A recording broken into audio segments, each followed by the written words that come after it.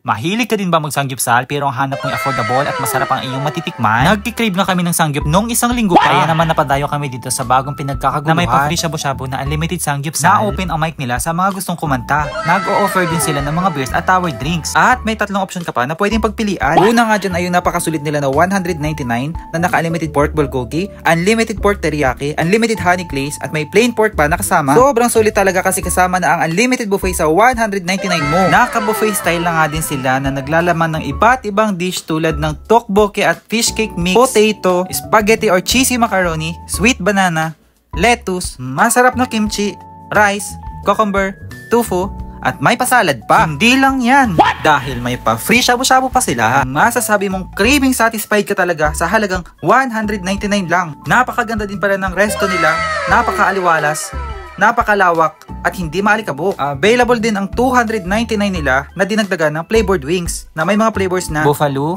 garlic mayo, sweet and sour, at sisig sauce. May mga available na din silang mga beers at tower drinks kaya wala ka nakahanapin pa. Available din syempre ang kanilang napakasulit na 499 na may unlimited beef, unlimited pork at unlimited na rin yung wings kasama na rin doon ang unlimited buffet. Dito nga lang yan sa The Boss Sangyup Chill na located sa 2nd floor, 447 Carino Highway. Mabilis lang siya makita kasi sa tapat lang siya ng Walter Mart, The Junction Place. Syempre, para sulit ang pagdayo namin ni Boss ay yung 299 na ang pinili namin. Grabe, ang sarap ng cheese at ng kimchi nila, talaga namang hindi mo pagsasawaan. Open nga sila ng 11 AM to 11 PM, Mondays to Sundays.